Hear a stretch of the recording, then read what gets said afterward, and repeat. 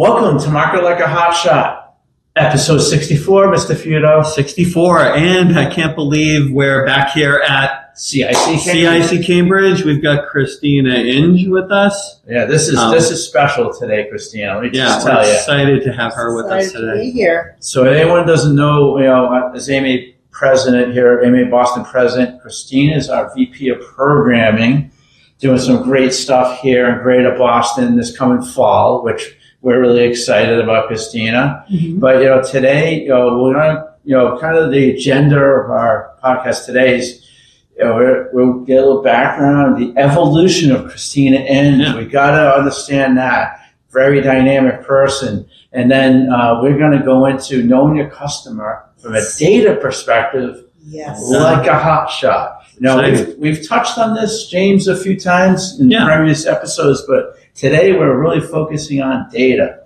the ones and zeros of marketing. What do you think of that?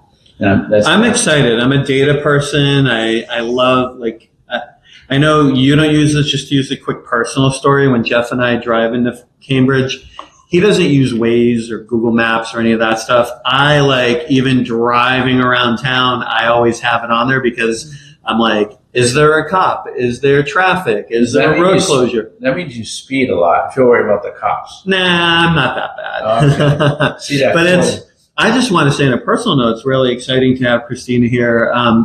You and I met for the first time, believe it or not, at the podcast garage. I remember that. Back, what was it, last October? Yeah, it was about a year ago. Yeah. So it's we've kind of come full circle. I think we were at episode 20-something. Oh, my word. And here 23. we are. 23. I remember that. Whoa. Because, you were talking to David about that. David and Scott, who we're going to have. We'll shout him out, too. Shout him out. But, I'm excited to do this. Again, we're at beautiful CIC Cambridge. We love this facility here. And we're so thankful that we have you with us. I'm excited to be here. I'm very thankful to be here because, I feel like I grew up here at CIC Cambridge. I've been a tenant for 12 years with my own agency, Thoughtlight. Wow. And I used to work before for another agency back in the mid-2000s. So off and on, I've been a CIC member for 18 years. So. Yeah, they should start calling this CIC, Christina Inge Community. We just changed the name. I love it. Don't tell Tim Rowe I said that. He would not be happy. But Christina Inge Community here in Cambridge. She puts a CI in CIC. I love that. That should be my T-shirt. I need a T-shirt. That's what marketers do. Right? Next time at Venture Cafe, I'm going to say that when I introduce you to people. I'm going to get a T-shirt. So tell us a little bit. Like I said, Christina has an amazing background. Yeah. So, I know you said you started a corporate, you started your own business, now you're teaching. So, kind of hit those highlights there. Oh, thank you. Because I always tell people, I tell my students, pick a career you love, but don't get obsessed about a certain job title or an industry, because marketing is so dynamic. And I would say my career really reflects that. I started out in corporate in the early 2000s, go back way far, and I'm going to admit how old I am. I graduated from college in 1998, and I thought I was going to be a print journalist. Oh boy, what's that? It's sort of like a buggy whip maker. Yeah. You churn butter all day. And I had a very successful 2-year career as a journalist before it all just went boom. And did a brief stint in the .com bubble. And then I realized that all of the skills that go into being a good journalist and digital citizen, writing, understanding storytelling, understanding the facts that underlie a situation, also make you a good marketer, especially a data-driven marketer. So I went back to school to get my master's in education. And in the meantime, I took a little temporary job at a publishing house, Mead Elsevier, in market research. Nice. And it was a temp agency that placed me, and I was like, what's that? What's market research? I got bitten by the bug like that. And from there, I got a marketing manager job at a tech startup, and then another one, had a senior director role, VP roles in marketing. And then 12 years ago, I decided to hang out my own shingle and start my agency, Thoughtlight. We are So we celebrated 12 years in July, actually. Wow, That's time a huge flies. milestone. Time you know? flies, man. And then you were here at CIC the whole time with Thoughtlight was in business, right? Whole time. Thoughtlight grew up with CIC Boston. I went in there when it was plywood on the floors and only the service elevator. The whole place was being rehabilitated and renovated. And I've been a tenant there ever since. CIC is just such a beautiful community. It is. There's hundreds of companies here, right? At least. So it's a great place to be a marketer. I tell you that, right? It is. Yeah, and then you're a well-known professor of marketing. I heard here, right? Yeah. On top of it all. It was my side hustle, which again, I always tell people, do what you love. Yeah. It sounds naive, so don't be dumb. Like if what you love is, I don't know, doing manicures on horses, don't do that. I like to see manicures on horses. That would be an interesting picture. Yes, it sounds both dangerous and economically unrewarding. It sounds too much like My Little Pony. I remember My Little Pony. So oh my goodness. it's a hybrid of doing what you love, but also following the market where your skills are in demand. Right. When I started Thoughtlight, I had already been teaching a little bit at the Boston University Center for Digital Imaging Arts, doing some classes on SEO.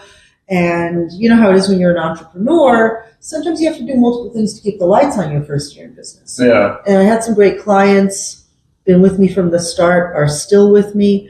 But I started just a little side gig to keep some income and health insurance running. Health insurance. Oh, yeah. And here in Massachusetts. it's all hard. So I started just first assistant teaching and then teaching at a small institution you may have heard of called Harvard University. Just a local enterprise. Yeah. I loved teaching, but I always thought of myself as a marketer first and foremost. Yeah. AI is transforming everything. It is. And I got recruited by Northeastern University. Go Huskies! Huskies! Woo! Go Huskies! They recruited me 6 years ago to help run their student marketing agency. Yeah. And then 2023, I helped and am still helping overhaul the DGM Digital Marketing Master's Program. Wow. Driven by AI. So more and more my work has been teaching people how to cope with all of the changes that are happening in the industry. And then I started the AI marketing micro certificate at Harvard, which is stackable into a master's program. And we sell out every semester. So I have to say parts of my business I've lost to AI. Yeah. And then parts of my teaching are currently very rewarding because of AI. So it's the flexibility. You have to know who you are, know what you're good at, but also be willing to let go of things in marketing that are no longer what clients and industry want. Yeah. And then follow the thing that people do want so that you have a robust career. I love it. Love it. So that's a great background. Awesome background. Now, let's jump right into understanding your customer like a hot shot. Yeah, tell us Hotshot Nation more out about there. that. The Hotshots want to hear So more. we say a data approach because data is data, and I always recommend. I don't know what your students is. They always ask us, we're us. What should I get into? I always say data because you have to understand. How else are you going to understand a fully qualified lead and a customer without data? So I would expand on that one. It really is. I mean, being on the creative side of marketing, I hugely admire great videographers, great designers. I'm a nerd, right? I would not have a career in marketing if data analytics had not become part of marketing because, like I said, I took that temp job in market research. And understanding customers is what is the key differentiator. People come up with ideas of like, I've invented a new pen or a new microphone. What do you think of that pen? It's a fantastic pen. It is It's High Bar. Shout out to High Bar Physical Therapy. I met them down in Rhode Island at an event. It's a really funky pen. And you know what? It probably gets people in their door. Yeah, it does. I always hear people saying, I've invented this new great thing and that great thing. But, the only person who thinks that you've invented a great thing is you. and maybe your best friend or your mom or somebody. So true. And the customers may or may not like it. So understanding what your customer wants, what drives them, and what their other options are so that you can differentiate yourself is what separates the dreamers from the companies that really succeed. Yeah. And that's a really good point. I mean, we had Jeff Berman on the show a couple episodes ago. Yeah. And remember, that was one of the things about, we asked him where most entrepreneurs fail or founders fail. And it's exactly that. But they're building something based on what they want, not on what the customer wants. is looking for. So it's almost like today we're expanding on what Jeff Berman said with Christina. Yeah. And like, how do we kind of diving in a little bit. Yeah. When we say data, right? How do you collect the data? Yeah. Some ways of doing that. And what's the best way to analyze it? You know, with a little bit of AI thrown in, of course, initially. Yep. Of course, that's for 2026. We got to Right. say Always that. gotta say AI. And then, of course, the human in the loop.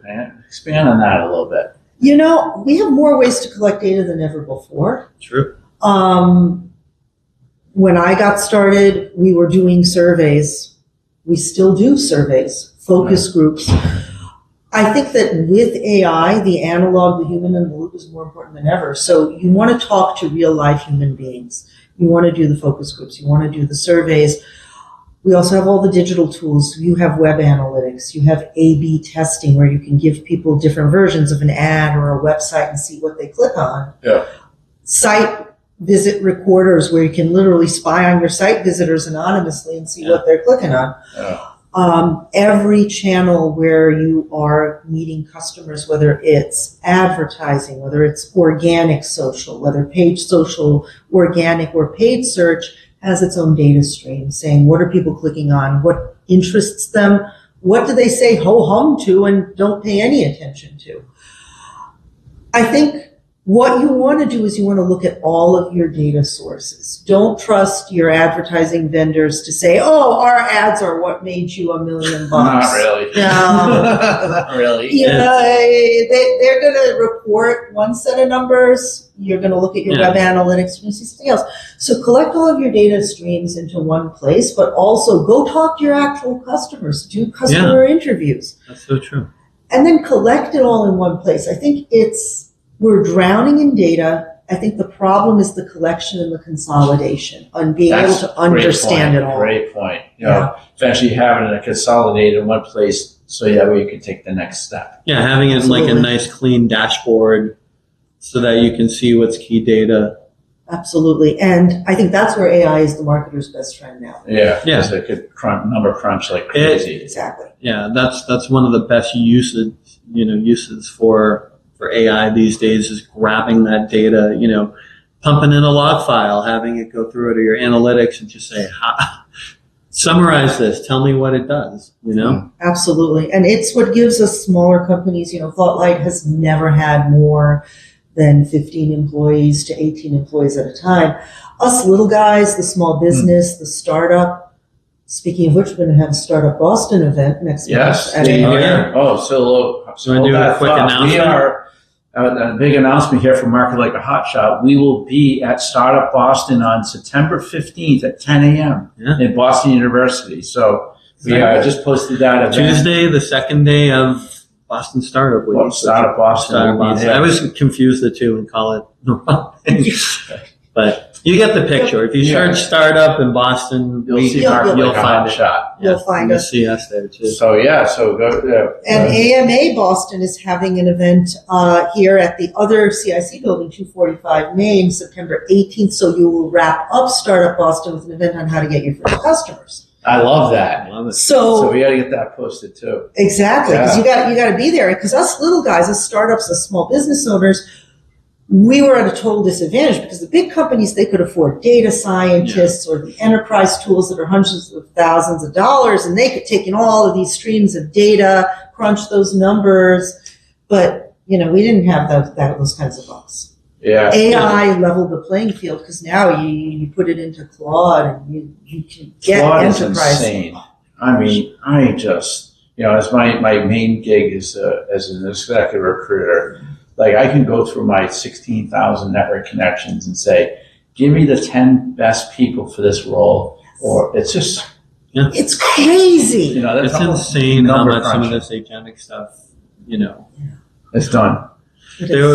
And I say this at the risk of not being able to credit the person who has said this, but there was a podcast I was listening to, and unfortunately the name escapes me of who it was, that said, at some point there's going to be a business with $1 billion valuation with one employee. Everything else is AI agents. Yeah. I don't think that's far-fetched. I actually think something like that could really happen. We meet some people here at Venture Cafe sometimes. They're like, I'm the CEO of my company, but I don't have any W-2 employees. Yeah. At all, Or any employees. It's zero, I mean, the thing is that AI is a little overused. It's funny because, like you mentioned, the people that we meet, it goes back to your first point, Christina, about they come up with an idea like, I'm going to have AI build this thing, but there's really no market for it. Yeah. Right? It sounds cool. It's exciting that it'll do, maybe it's like, it'll visualize some colors and things like that, or maybe it tells your kid a story at night. But is there really a market for something that'll do it? And I think that's the biggest challenge with AI, because there's just so many possibilities that, it's nuts. Yeah. So important data. So let's get into that. We have this, now we're at a point where we've collected, we consolidated, extracting out of that. What's important? You need to understand a few things about your customer. One, what do they want? If I'm buying coffee mugs, what do I as a customer look for in a coffee mug? Probably durability, cost. If you drop it on a ceramic floor, it doesn't break. Does it break? Does it not chip? Does it not exactly? Does it keep your drink warm? But you might be looking for something else. You might want a larger mug. You might want one that is commuter mug. Your wife might want one that is personalizable. Ask anybody, and different groups of customers want one specific thing. Yeah.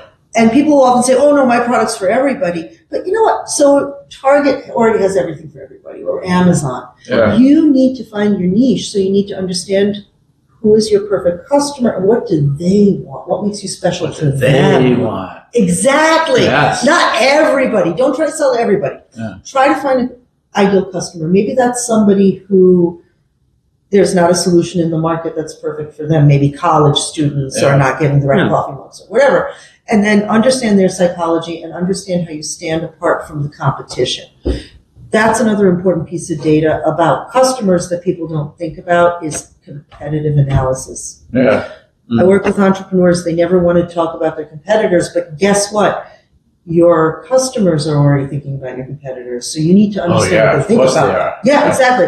So think about what your customers think of your competitors and then understand how you position against them. That's part one. What you were going to say? Well, I was going to just ask you to elaborate a little bit because, as you mentioned, your customer isn't everybody, but sometimes I know we at JVF, we run into a lot of times people will come to us and we have three types of customers we're trying to attract. I'll use us as an example that, when we do our social media, our primary audience is our current and potential customers. Okay. Another audience we have is potential team members. And then, and this is the bad one. The third one is that sometimes we put stuff out there knowing that our competitors are watching us and we kind of flex a little. You're flexing your muscles. Flex a little, yeah. He's flexing. So, now he goes to the gym one day and he has to flexing. Hey, but I've been running for 3 weeks now. All right. Okay. So, we should have done this. We should do a fall challenge, not the spring challenge. Yeah, Matt. No, but getting to that though, we do get a lot of people that will come to us along those lines where it's like they have a customer that might be, a solopreneur, and then their second customer might be an HR director or a marketing director at a large organization. Those are two very different, those are two very different audiences, two different types of approaches. What is your recommendation when you have multiple, not just saying we're going to blast everything out to everybody. What is your recommendation for people that have maybe one or two or more different types of customers? It's a great question. It has two answers. One is a branding answer. One's a data answer. So from a branding perspective, I would say develop a brand that resonates with both, but still feels at least specific enough just to those two audiences and doesn't sound too generic. The data question is that usually different customers might interact with you in different ways or on different channels. Maybe your enterprise customer likes a white paper. They are going to do a demo. Your solopreneur is more of a do business on a handshake type of guy or gal. Right. So that gets to the second thing you need to understand about your customers. What is their preferred channel and message? What are they clicking on? What are they reading on your website? What are they engaging with on your YouTube channel?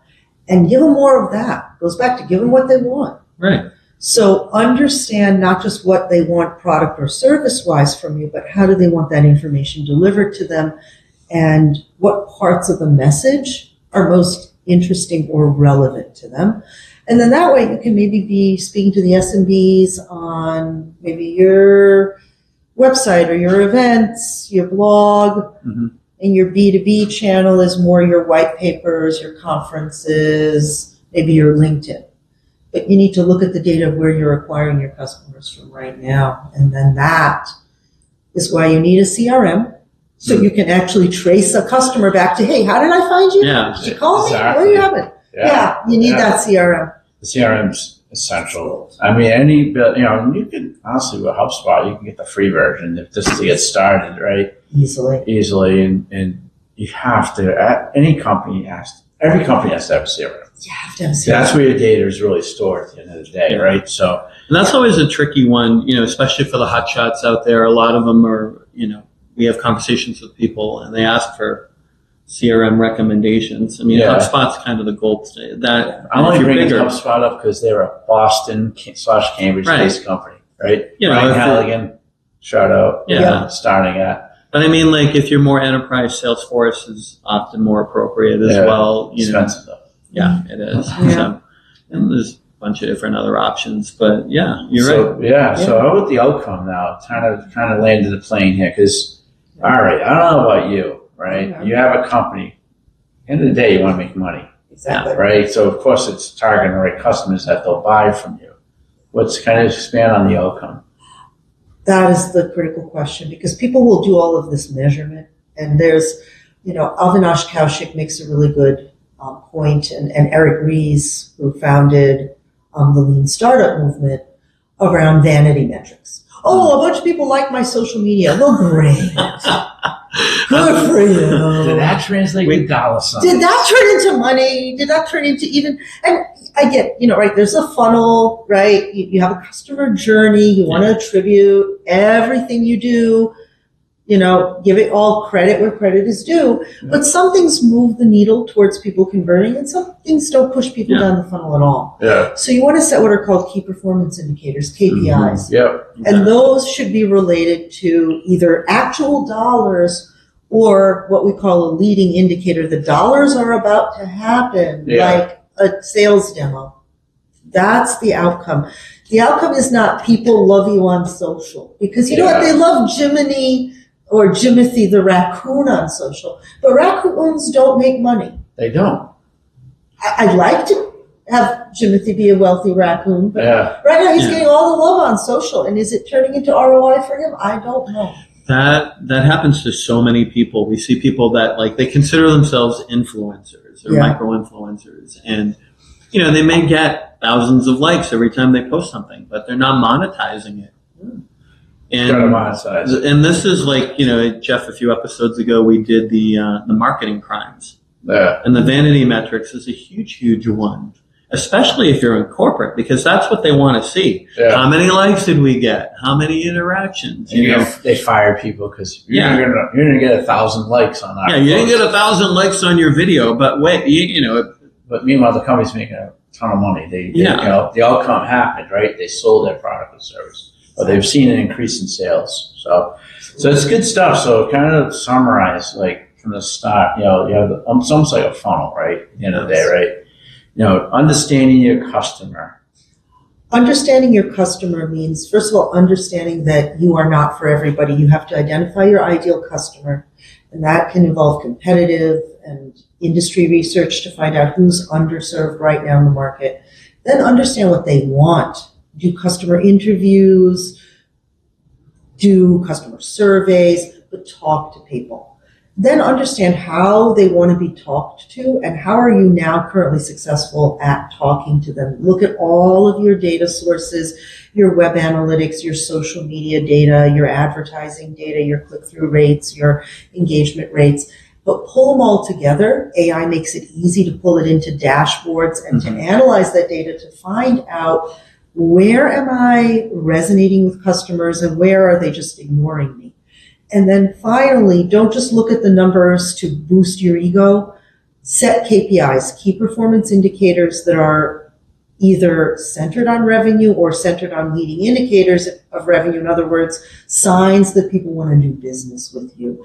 And measure whether everything you do in marketing is actually bringing people down the funnel into being engaged with your company. And this, by the way, people ask me, does it apply to nonprofits? It absolutely does, because a nonprofit still has the bottom line. They have an outcome. They have an outcome. It could be, if your company has an outcome, I mean, it doesn't necessarily have to be profit. It could be donations. It could be, involvement, volunteer recruitment, all of that good stuff. I've done trainings for public health, for the Mass Department of Public Health. Their outcome is fewer people in Massachusetts die unnecessarily of things. Yeah. That's their outcome. That's their KPI. Yeah.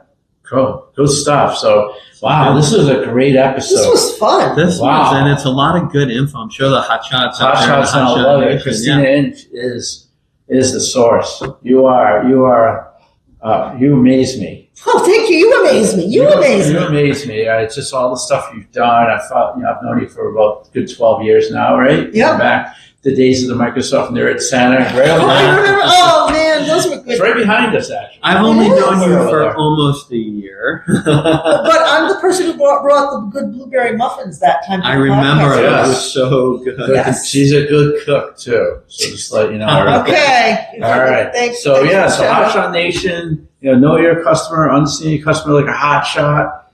Hope you enjoyed it. Just, of course, check out marketlikeahotshot.com. I heard Mr. Feudo's making some changes. Yeah, we've been making some updates to the website. It is going to be so exciting. So probably by the time you all start listening or watching this, there'll be some cool stuff out there. Yeah, and then, like I said, Startup Boston on the 15th of September. That's going to be huge. And then we're going to be doing we're leaving the state of Massachusetts. We're going to be doing our first. And Jeff and I, we were talking about this. Like we want to bring this really on the road. So 2027. Yeah. Watch for some dates. A city near you. Who knows? Seattle, LA. We're going to be in Rhode Island at the Industrial in Pawtucket, Rhode Island on October 15th. So a month after Startup Boston. Then I heard Capey's. I would say we're going to do Capey's in November. So these will be all live broadcasts. We'll have guests come up, ask questions. And, it'll be a little more music focused with the Hotshot Resistance Band. Yeah, keep an eye out on Spotify, Apple Music, Hotshot Resistance. We have 3 songs up there right now. Another 7 are scheduled to be out the first. The remix album. Yeah, it's volume 2. I should have done volume 2, part 2, what we did.